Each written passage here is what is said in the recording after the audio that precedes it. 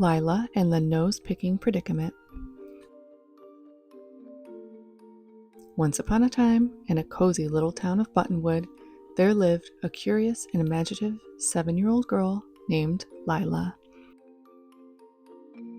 She loved building forts out of pillows,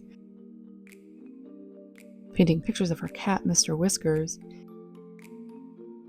and reading books about daring adventures.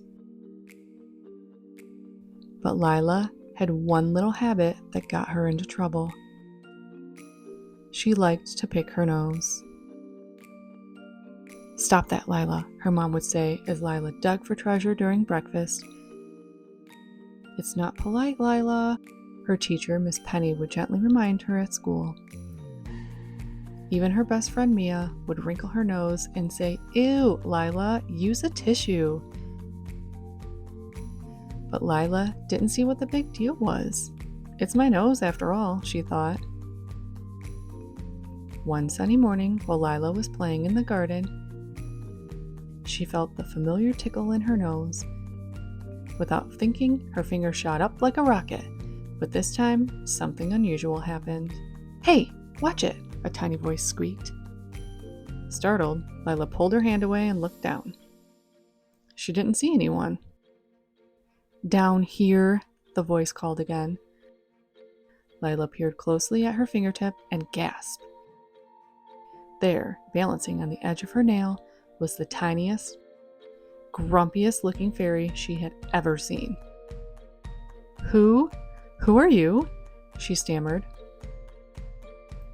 "I'm Boogerina, the guardian of the nose realm," the fairy huffed, brushing herself off.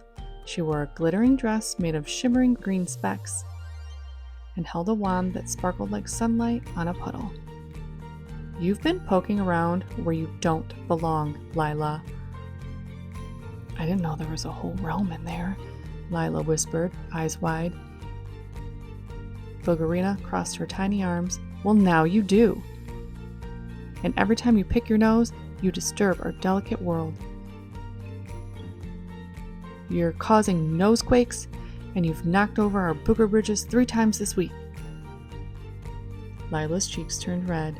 I'm sorry, I didn't mean to." Boogerina sighed and softened her tone. "I know you didn't, but habits like this have consequences. Please promise me you'll always use a tissue from now on.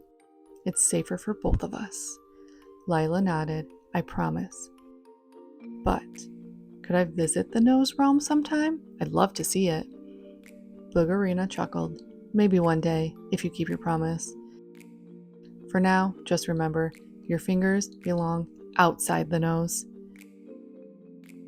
From that day on, Lila kept her word. She carried tissues in her pocket and even taught her little brother to do the same.